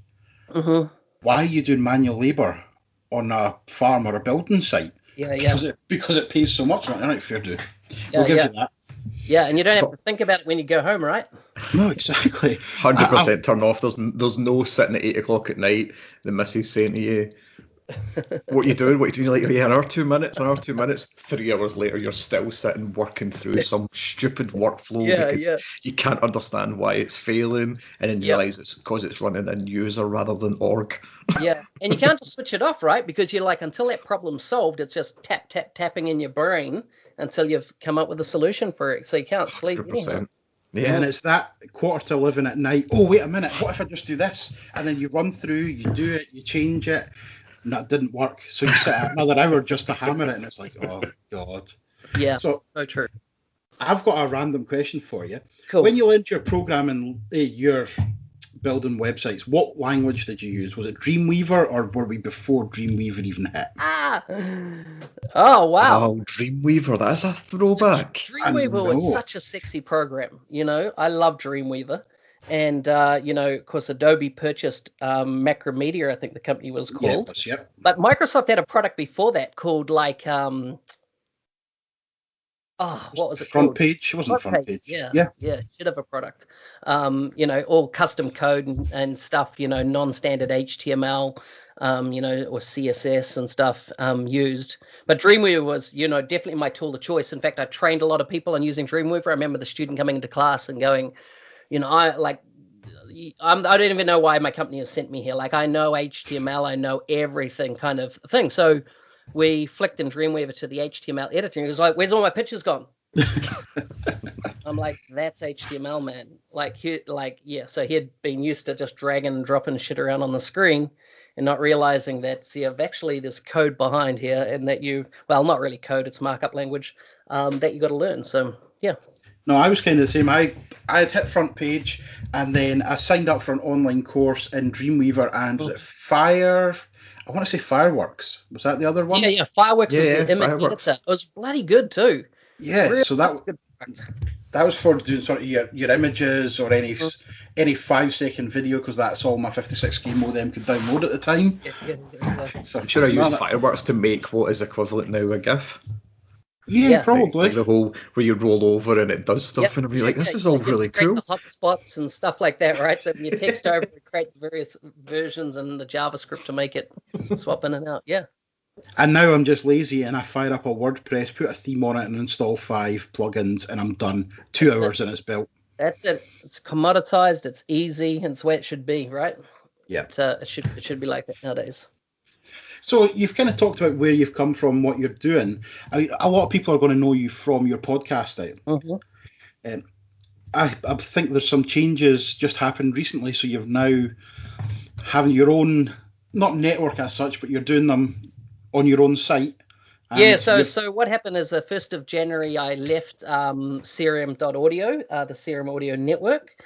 And I went independent. Everyone keeps going about, leaving their companies, going independent. Well, I took my podcast independent. I've been with Serum.audio for about 18 months, and I kind of learned all my, my skills, etc. on there. But I kind of, where I want to go in 2019, I need to kind of get access to my real-time data from listeners and that feedback. So everything's now on nz365guy.com.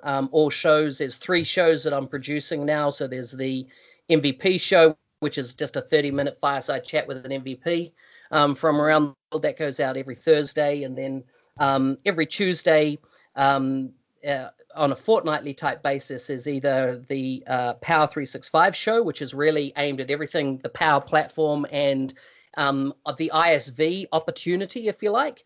And then I've got my traditional show, the Dynamics 365 Practice Show, which is on the alternate Tuesday. So that means 2 podcasts a week going live for me right through 2019 is the plan.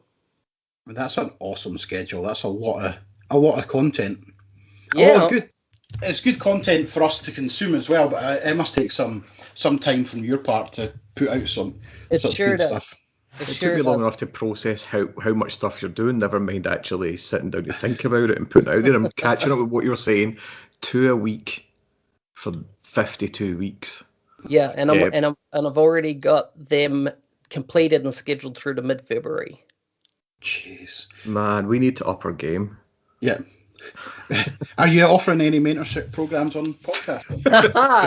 Well, it's like I didn't even throw you that one. So I just completed in December my 90-day mentorship mentoring challenge, which it was just like a spur of the moment thing last year. At the end of Q3, is I decided on a Thursday. I can remember it was a Thursday. I was like, I'm going to just put up and say, who wants to be mentored?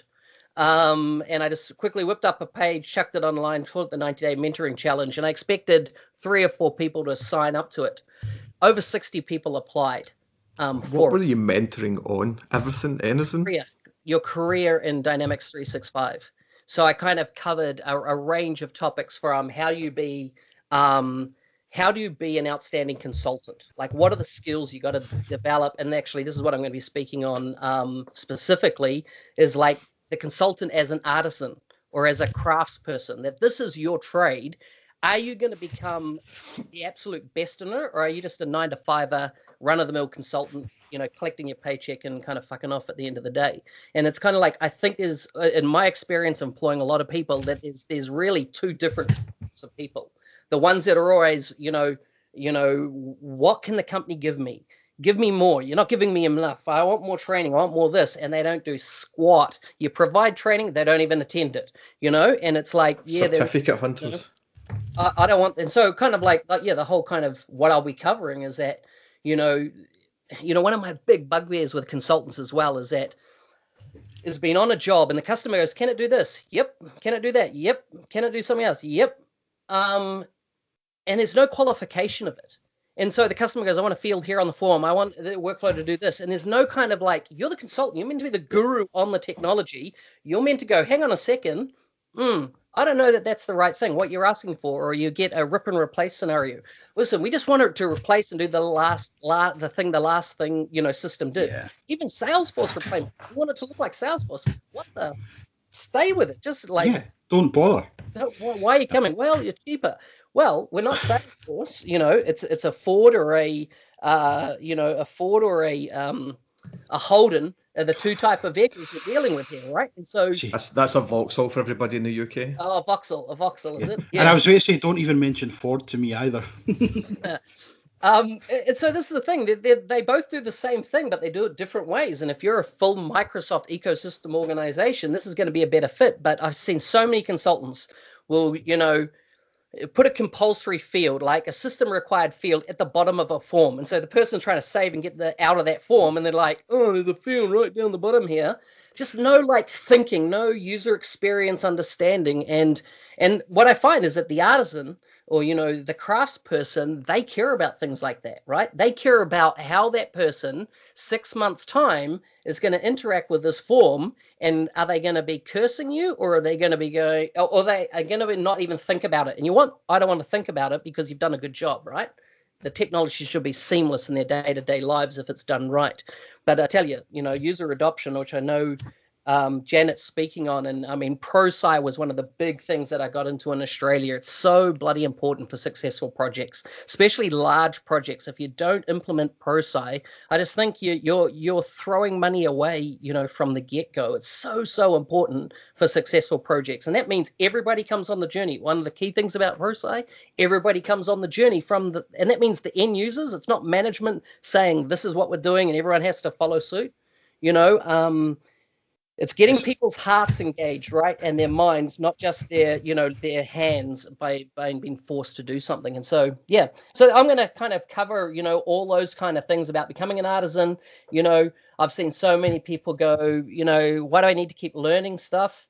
And I'm like, mate, would you want your doctor, would you want to go to your doctor? And he's like, listen, I haven't done anything since university. That was 25 years ago. I don't know. Like, you would go, no, thank you. I don't need to be operated on by you, right? And same with the accountant. Would you get an accountant that wasn't up to date with the latest tax, requirements? No, you wouldn't be interested. And so I feel like customers come to us and they have an expectation that we know our shit, like we know it, and therefore can help them with it, not them being able to just dictate what they want on every project. And we go, yes, sir, yes, ma'am, 3 bags full, sir, type thing. I mean, I do love the doctor reference here. I mean, that is exactly it. There's so much comes out all the time that we do need to take take some learning from the company, but you do have to do it in your own time. There's no two ways about it. But you're 100% right. There are people who are 9 to 5. I'll go in, I'll mark that task as done, I'm finished. Yeah.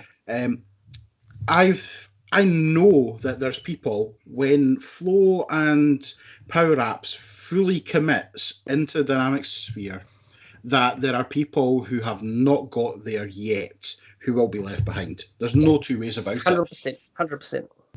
Yeah, it's like those people that still love dialogues, you know, when business process flow came out type thing, you know, and I would see them implementing dialogues in a system that had business process flows, and I'd just be like, but like they hadn't learned about business process flows and how they could do a lot of what they weren't an exact replication, but they could do a lot of it, but they wouldn't learn business process flows because that was new. That was something that came out right around the 2013 timeframe, and they're not up to speed. And I tell you, you're the only person responsible for your career. Exactly. Your employer's not. And I mean, I've worked with some great companies, but at the end of the day, right, if you get sick, can't work anymore, whatever, your employer doesn't give a fuck about you. You're gone, right? It's only as you can maintain your skills. You know, you take a look at Detroit and stuff and what happened there when the car industry fell over. All these people are like, I've worked there for 25 years. How could you do this to me? What the hell? You didn't re-educate over any of that time? Like, you know, most people are going to have 3 or 4 careers in a lifetime now. It's just the world we live in. So I think, you know, you got to be constantly hungry to learn all the time, everywhere, from anybody, right? I mean, you know, what I'm finding, I've been in the game a while now, 15 odd years, but I tell you, I learn so much from the newcomers to the industry because they look at it so differently. They look at it with different eyes. They haven't had the struggle. You know, the amount of times I see people do demos and goes, it used to do this. The customer doesn't know what it used to do. They were never going to go back and look at what it is just because it means something to you. As a consultant, it means nothing to the newcomer. You know, it's a total valid point. The amount of newcomers that I've met where I've worked for a partner previously, they bring these graduates in that have got like geography degrees. They've seen a laptop sitting in a lab to write notes. That is it. And they look at something or they show you something, and you're just sitting there going, I would never have done it that way, but that is amazing. That is awesome. Like, it's just that you know what you know until somebody shows you different. And then you see it and you go, that's awesome. That's definitely something that's completely different. Blew my mind. Yeah. And you're right. I would go, well, I'd have done it this way. It used to do it like this. It used to do it like that. Yeah. You're totally valid point. You need to stop saying that, but I do feel like I have to make a confession. In the last 6 months, I built a dialogue. Oofed. What, you created one? Yeah. Shit, you're kidding me. No, I had to create a dialogue for the customer because they don't use business process flows. I tried to introduce it and they had a conniption fit. They went basically like, this is crazy. So I had to build a dialogue, and but my eyes were burning as I was building it. Like, I'm crying on the phone to Mark saying, why am I doing this? Change management, right? That's where you got to move away from it being a technology discussion to a user experience engagement discussion, you know? Which I'm slowly doing. I'm bringing it back more and more around to that, like talking about the user adoption, the change process, how are they going to feel, and it does stifle the growth of it. It definitely does stifle the growth a little bit, but we're getting there, definitely. Yeah. Awesome.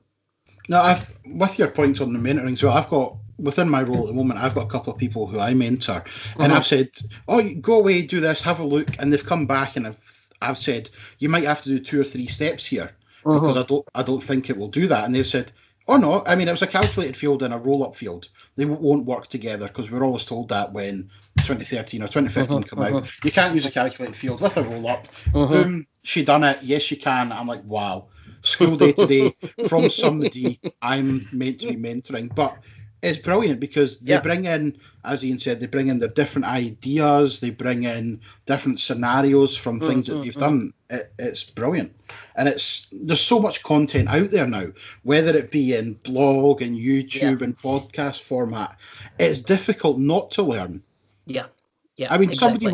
Somebody who doesn't know what I just said there has listened to this to get to know you and has taken something away that they now know different. You learn by accident at times as well, so it's great. Yeah, so true. So you're going to kick off a mentoring program after your session at D365 Saturday Scotland? So I ended up, of that 60, mentoring around 30, and that was October, November, December. And I was going to roll it again and just go January, February, March. But mate, for every 1 hour I spent 12 hours creating the 1 hour presentation. Like I use a product called Toggle, so I measure my time, right? And it blew me away the amount of work you've got to put in if you're going to create something kind of, awesome.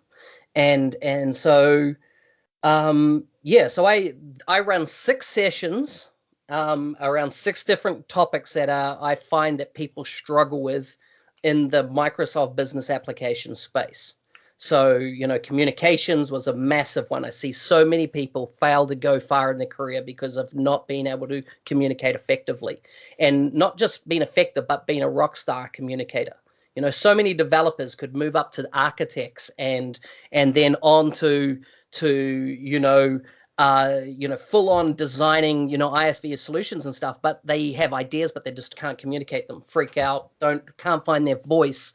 So I speak, I have a session on that. I have one on personal branding, how to create a rock star brand. And really, if you don't personal branding in the world we live in now, right, you're never going to go as far as what you can go, because, the CV of today is your online identity, really, and I tell you, it's so important to, when I resigned from my company halfway through, was over a year ago now, and I was resigning because if going back to Australia, I need my non-compete clauses to be gone out of my contracts for 6 months length. And the company I was working for is going to be acquired, and I've been through acquisitions, and they've never been a pretty process.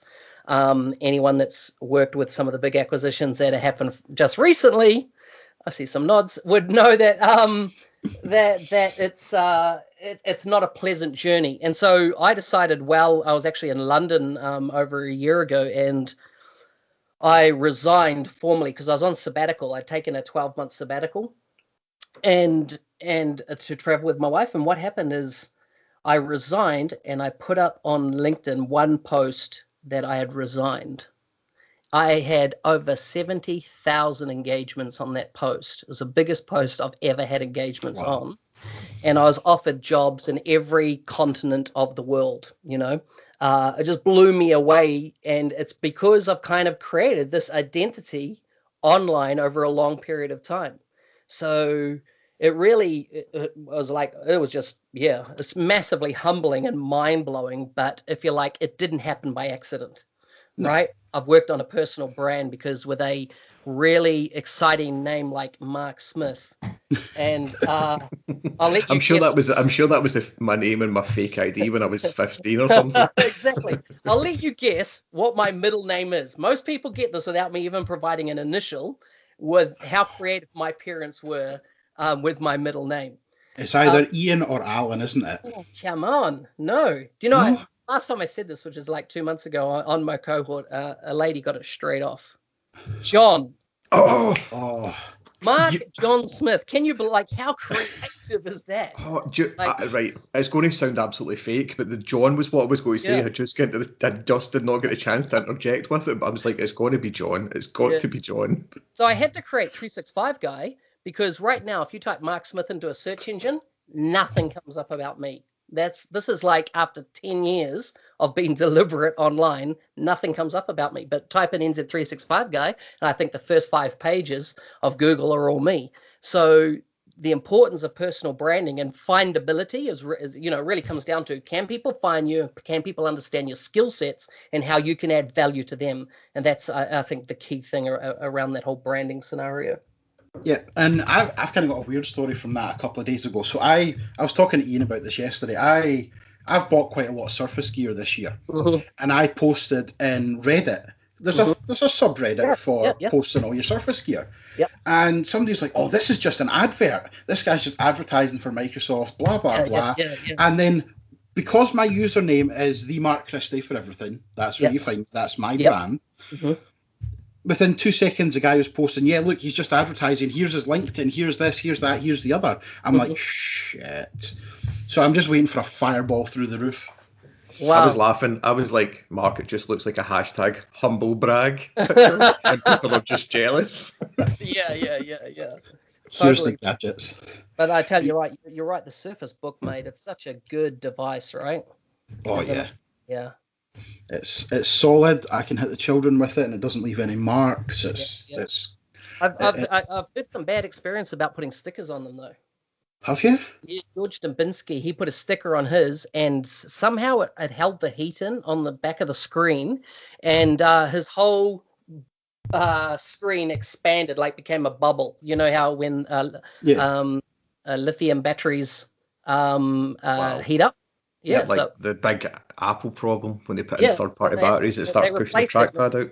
Yeah. So whether it was the sticker that did it or it was just coincidental, I don't know. But I haven't put any stickers on mine.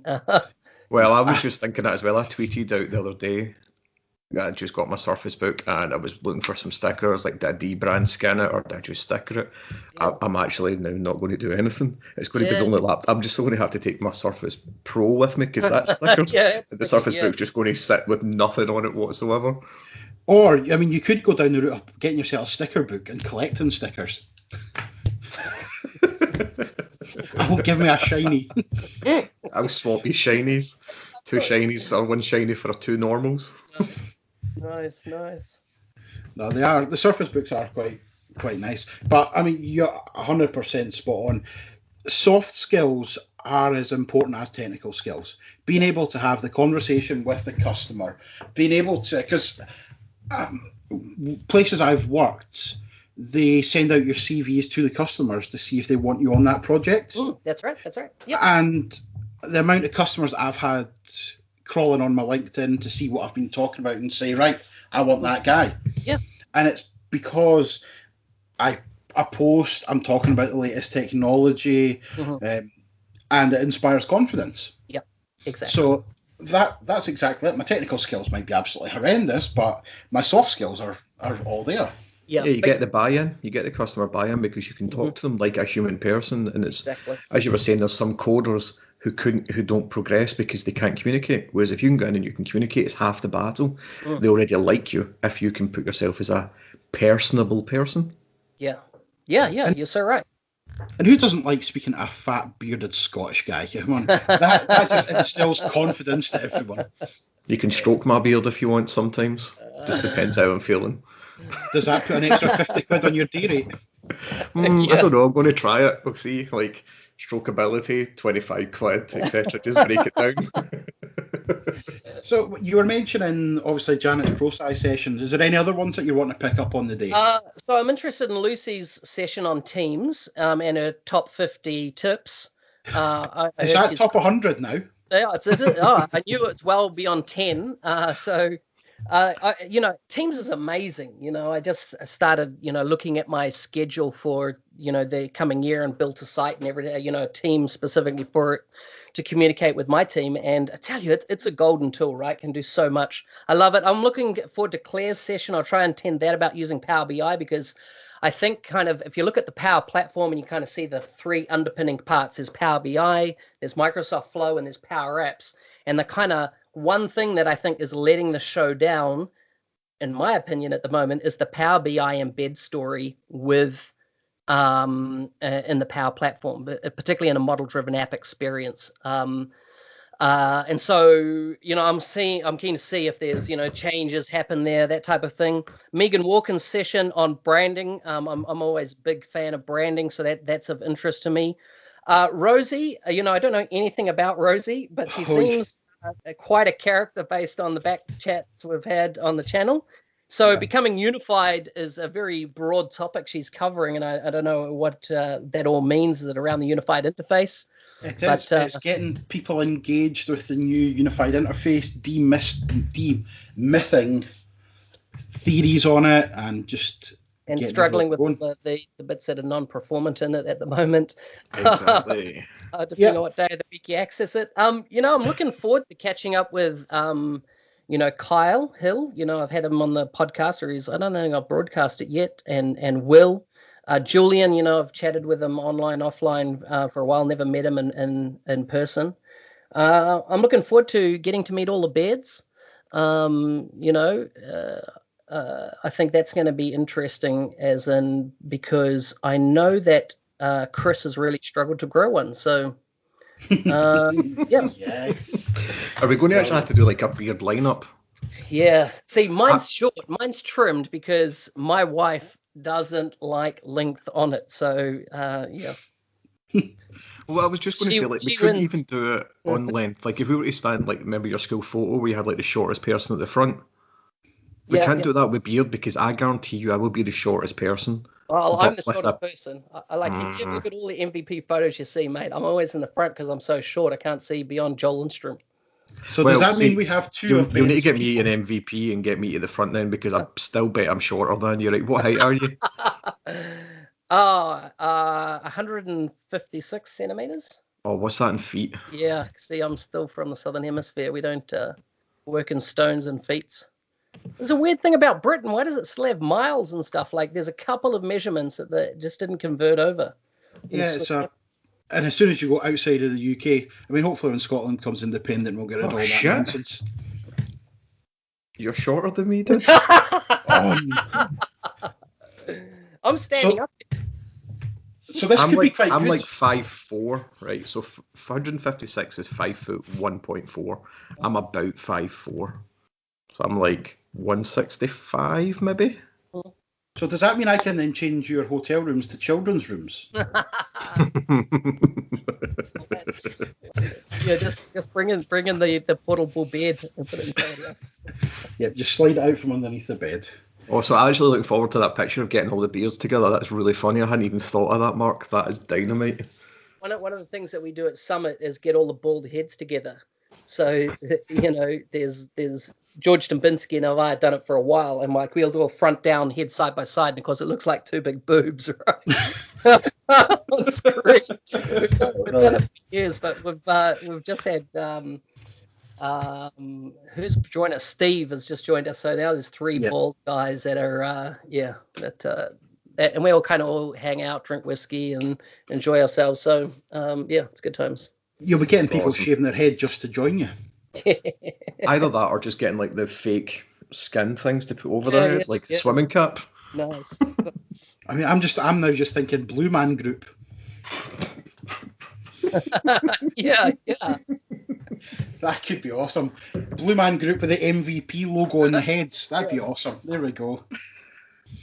So, thank you very much for having a chat with us today. Do you want to give everyone your social media where they can find out more about you, more about your podcasts, your blogs? I'm on all the socials. Just look for NZ365 Guy. You will find me. Perfect. And we will put all the links in the show notes so everyone will see and connect with you straight away for all 6 people. Thanks very much, Mark. Thanks, guys. Cheers. Ciao, ciao. Cheers. Bye. I must say, I did fanboy a little bit over Mark Smith there, just being a podcasting guru, shall we say, with his 3 different podcasts. 3 different podcasts and every other angle he's year out that he's taken, and just how much knowledge he actually has. It's amazing to hear him talk. It's totally enthused me in so many different ways. I don't even think I never thought I would get that from the podcast, and I just hope the rest of the listeners got that as well from Mark. Loved it. Yeah, I mean, there was actually times in that podcast where I forgot to talk because I was just that engrossed in what he was saying. It was weird. But we've kind of done the same thing, though. We've hit on I wouldn't say we've had a theme right the way out, but we started off with Rosie being artistic and being very creative, to Anna talking about creativity and mentorship, and then moving on to kind of Mark talking about mentorship and getting the best out of people, getting people enthused. So, I mean, unbeknownst to us again, we've hit a pattern. Yeah, it's interesting how it pans out that way, and it just shows the mindset of everybody in here, that everybody's so open, everybody's so approachable, but they're all driven to the same thing, and a lot of it is giving back, 100% giving back to the mentorship and reaching out to people, asking, I want you as a mentor. Most of them seem to be that they'll be very open to it. Yeah, and it's a thing I mean, probably yourself as well, I never really had anyone in that sort of area, not in that area, but in that sort of role. I was kind of a lone wolf here's the projects, get on with it. A lone wolf. Well, you know what I mean? It was like there wasn't anyone to bounce an idea off. Definitely, like we know how we've both kind of worked with each other for years and grown that way, where we have been each other's mentor, if you want to call it that, but it's never been that. And it's awesome to see that these sort of mentorships exist there, that you can do that and you can reach out to these people and get it. I think I'd love it, and I'd totally encourage anybody to grab that opportunity with two hands if they get the chance. And it also works the other way as well. As I was saying to Mark, I get more of a kick that somebody's learnt something from me than I do from doing it. So if I could go out and create 100 entities with 100 fields and make it look nice and all right and things would be lovely. But if I could teach somebody to do that and see them do that, that's more, I get more, not praise, I get, what's the word I look for? It's emotional. I'm just thinking of Brett now. It's satisfaction. I'm just thinking of Brett saying it's emotional, bro. It is 100% satisfaction. Yeah, it goes back to that, the kind of phrase of give a man fish and he'll feed himself for a day, but teach him to fish and he'll feed himself for the rest of his year. And none of these giving me any food, and that's how to win my heart. That's it. I'm sending emails out to everybody that I've helped saying that I want a chicken curry the night. You're going to get inundated. What you need to do is go to a certain bar where you can order through an app, and you just need to your phone number. And then I think we need to do that. We'll do that on the day, right? That's us sitting at Weatherspoons saying the shit. Oh yeah, I try and avoid the name drop, but there you go. Oh, it's not as if anyone's sponsoring anything here. This is true. There is other bars out there that potentially do use Dynamics CRM. I don't know if Weatherspoons are one of them, but there are certain other ones that I know do. Oh yeah, so there is. Yeah, there are quite a few. It's been a good chat. It's been emotional, as Brett would say. It's definitely given us some food for thought, and not just on projects, but actually thinking about just dynamics in the community itself and what's going on and what else we could do to help other people. Yeah, definitely. There's so many opportunities and so many great things going on that aren't project centric. Yeah, so that is number 4 done, dusted, out the box. We've got another 3 weeks until the event itself, so that's another 2 podcasts. And I think on the day we've decided that we're just going to grab everybody and anybody and have chats with them. Yeah, so if you are listening to podcasts and on the day you don't want to be on it, hide from us, but don't hide that hard because we'll come and find you and make sure that you get on this. Don't hide from us at all. It's community spirit. If you see us, high five, hugs, fist pumps. Anyone tries to shake my hand and you'll get a fist bump. Don't touch Mark. He hates to be touched. It's not that I don't like to be touched. I don't like to be hugged by strange men like Ben Vollmer. That's all it is. So, on that note, we will speak to everyone next week.